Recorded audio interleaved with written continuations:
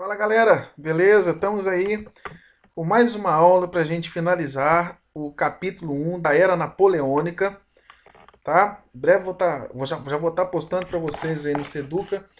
E vamos lá, né? A gente seguiu até o Código Civil Napoleônico na aula anterior, né? Como que Napoleão Bonaparte organizou a França? Qual era a preocupação inicial dele? A preocupação inicial de Napoleão era resolver os problemas internos da França para que ela viesse a desenvolver e depois, depois não junto com isso aí, resolver os problemas externos, inclusive um acordo de paz, um acordo aí, o Tratado de Amiens, que a França assinou com a Inglaterra, para ela não ter dor de cabeça nenhuma. Napoleão não queria ter dor de cabeça para organizar a França. Para agora, nessa aula, expandir o Império Napoleônico, o Império da França. No Império da França, eu vou começar aqui com a coroação de Napoleão Bonaparte. Isso aqui é um ato simbólico que tem uma representatividade muito forte, porque todos os imperadores eram coroados pelo Papa. Né? E quando o Papa coloca a coroa sobre a cabeça do rei, isso representa um acordo da igreja com o Estado. Tá? E quando Napoleão, ele mesmo vai se coroar ou se autocoroa, o que acontece? Napoleão pega, né? Ele não deixa que o Papa venha coroá-lo. Ele mesmo vai se coroar. Isso representa um rompimento. Deixa eu pegar a minha caneta aqui. Ó. Isso representa um rompimento da igreja com o Estado. Né? Já é um ato simbólico muito bacana aqui. Né? Napoleão é o centro. Ele não depende mais da igreja, não depende mais do Papa. Tá? Isso é um negócio muito interessante. Essa figura aqui, essa pintura, né, de 13 de maio, isso é uma pintura de um artista espanhol. Deixa eu apagar aqui, passar a borrachinha. Aí, tô apagando. Vamos apagar. Ótimo. Essa pintura aqui, gente, ela vai representar a dominação da França sobre a Europa. Né? Napoleão Bonaparte, ele tem a proposta de acabar com o antigo regime. Página 7 e 8. Né? Assista a aula acompanhado da apostila e vai grifando o que eu estou falando com vocês aí na sua apostila, no seu material. Tá? Acontece que Napoleão ele vai dominar os arredores, né, da França aí, vai dominar a Alemanha, vai dominar a Itália, a Áustria, que a proposta de Napoleão Bonaparte seria, né, libertar esses países do antigo regime ou do Estado absolutista.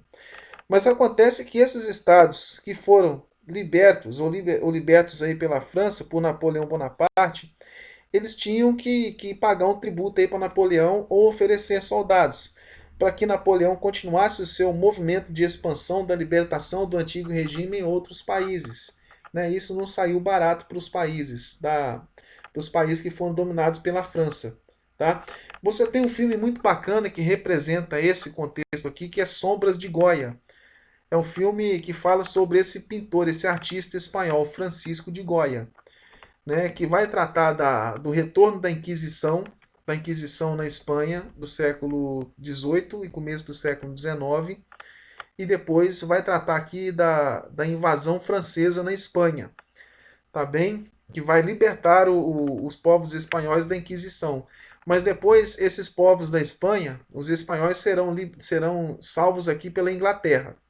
É um filme bacana, Sombras de Goya. Então eu tenho o início aqui da formação do Império na França, do Império da França, a expansão de Napoleão sobre a Europa.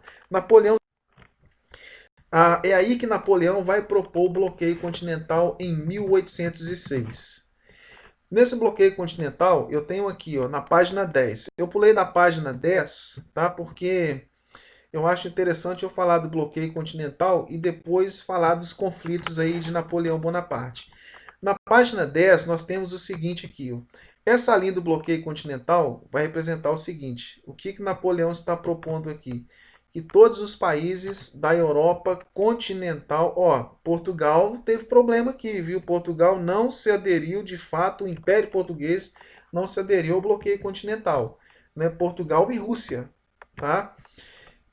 Napoleão vai proibir que os países da Europa continental, ó, Itália, o Reino da Espanha, Confederação do Reino, o Ducado de Varsóvia, a Prússia, isso aqui vai ser a região da Alemanha, o Império Austríaco, o Império Otomano. Quer dizer, esses países aqui estavam proibidos de ter relações comerciais com a Inglaterra. Né, o Reino Unido da Grã-Bretanha e Irlanda. A Irlanda está aqui, Irlanda do Norte, Escócia, País de Gales e Inglaterra. Tá? Então a Inglaterra vai ser o grande rival da França. E quais são os países que não vão assinar o bloqueio continental de fato? Portugal e Rússia. Né? É a partir desse momento aqui que nós vamos ver nos próximos capítulos aí, né, o período joanino no Brasil. Né, que quando o Dom João VI, né, não querendo assinar o bloqueio continental, ele vai fugir para o Brasil. E aí o exército de Napoleão, o exército francês, vai invadir Portugal. Tá bem? Essas guerras com Espanha e Portugal vão desgastar muito o Império Francês. Vai sair muito caro para o Império Francês, para o Império Napoleônico, e que vai, de certa forma, enfraquecer o Império Napoleônico. Napoleão Bonaparte ele deixa claro, né, que a maior derrota dele não foi só no Império Russo, mas principalmente aqui nessas guerras na Península Ibérica. Isso desgastou muito o exército francês. Né? O Império Francês, ó, né, o Império Francês que invade a Itália, né, que vai pegar aqui a região do Império Austro-Húngaro, que aqui eu teria Croácia, parte da Croácia, Eslovênia, né, Sérvia já está para cá, já está no Império Otomano, ok? Né, os estados dominados ou sujeitos à influência francesa, ó, a Espanha, né, a Alemanha, aqui o Grão-Ducado de Varsóvia, que vai ser a região da Polônia, aqui eu tenho a República Tcheca, a Eslováquia, né, a Ucrânia aqui, que está nesse meio aqui, tá certo? Então você tem uma expansão, né? Napoleão Bonaparte foi um cara tão audacioso que ele quis chegar até a Rússia, cara. E aqui na Rússia é que ele começa a perder, que ele começa a enfraquecer. Tá bem? Então, resumindo aqui, bloqueio continental. Foi uma lei, foi um acordo, um tratado imposto por Napoleão Bonaparte aos países da Europa continental, proibindo que esses países tivessem relações comerciais com a Inglaterra. Acontece que Portugal não assinou o bloqueio continental e a Rússia também não. Porque Portugal já era um parceiro antigo da Inglaterra, tá? Quando eu falar do período joanino, eu vou explicar essa parceria comercial, né, essa relação entre Portugal e Inglaterra. As estratégias militares de Napoleão Bonaparte na página 9. A Batalha de Austerlitz, que aconteceu na Áustria. Ok? Nessa batalha aqui, ó, acontece que o exército de Napoleão, geralmente, o exército de Napoleão não trabalhava com muita munição, não era muito grandioso, mas tinha uma estratégia muito interessante. Né? Qual era a estratégia aqui que nós vamos ver? A estratégia militar de Napoleão Bonaparte, primeiro seria enviar um espião, né, para fazer um levantamento do território a ser atacado. As armas eram levadas dentro de troncos de árvores ou dentro de carroças, né, como se fosse um grupo de camponeses, né, que passavam, né, que estavam de passagem, ok? E as rodas das carroças ou das carroças eram envolvidas com palha para não deixar marca no solo, tá? E aqui nessa batalha de Austerlitz, né, Napoleão Bonaparte ele vai fechar aí, vai levar, né, o exército aí, o batalhão da Áustria e da Prússia para um lago congelado. Né? E quando ele vê que esse grupo aí da Áustria vai estar acuado nesse lago, sobre esse lago congelado, ele vai disparar várias bombas sobre esse lago congelado. Ok? Então vai quebrar esse lago, né? E aí os soldados vão morrer não só com a bomba, mas também congelados aí. Tá? Olha só que estratégia bacana de Napoleão Bonaparte. Né? Aqui nós vamos estar falando da derrota para a Rússia. Então vamos lá. Aqui nós temos o seguinte: nós temos a derrota para a Rússia e a queda de Napoleão, da página 12 para a página 14. Na página 12 eu tenho as seguintes informações. Aí eu tenho uma foto, né? Não igual a da apostila, mas com o mesmo sentido. É a volta de Napoleão com o que sobrou do exército depois da derrota para a Rússia. Então, acontece que a Rússia não quis assinar o bloqueio continental. E aí Napoleão resolveu, então, invadir a Rússia. Né? Napoleão organizou o maior exército já visto até então. Ele levou 700 mil soldados e 200 mil cavalos. Acontece, gente, que com a derrota para a Rússia, dos 700 mil soldados que foram enviados para a guerra, só voltaram 40 mil. Só 40 mil que sobreviveu a essa guerra aí. Mas acontece o seguinte também. A Rússia já tinha todo o conhecimento das táticas de guerra de Napoleão Bonaparte. A Rússia já sabia, né, que Napoleão Bonaparte enviaria uma espécie de espião, né, que faria o levantamento do território, que ele levava, né, que o exército levava armamento dentro de troncos de árvores, dentro de charretes, de carroça, né, mais de carroça, charrete não, de carruagens não, de carroça mesmo, envolvia a roda, né, com palha para não deixar marca, e que depois, né, com o levantamento do território, para que o seu exército tivesse um lugar para dormir, tivesse comida, ele invadiria as áreas de campo para saquear o campo, né, para criar uma espécie de local de ponto aí dos soldados para o exército ficar. Então a Rússia adotou a tática da terra arrasada. O que acontece que você tem nessa página 12 aí que eu peço para você marcar aí, né? Os russos vão queimar as áreas por onde passariam os inimigos, impedindo que eles encontrassem alimentos necessários à manutenção das tropas, né? Então acontece o seguinte: quando Napoleão, o exército de Napoleão Bonaparte, chegou, até a Rússia, viu uma área toda queimada, não tinha local para o exército ficar, não tinha comida, não tinha área para ser saqueada, as cidades estavam vazias e Napoleão foi entrando cada vez mais, e quanto mais entrava na Rússia, mais frio ficava. Então muitos de seus soldados morreram mais de fome e de frio do que na batalha mesmo. Deixa eu procurar aqui um exercício muito bacana para vocês aí. Quer ver? Não tô achando aqui, gente. Tem um texto aí, tem um texto que vai falar, né, da questão assim.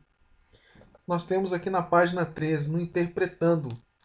Acontece, né, que o exército do Napoleão Bonaparte perdeu a guerra por causa de um botão, na página 13. Os botões eram feitos de cobre. Como a temperatura ia diminuindo cada vez mais, o frio ia se tornando cada vez mais intenso, esse botão virava pó, se desintegrava.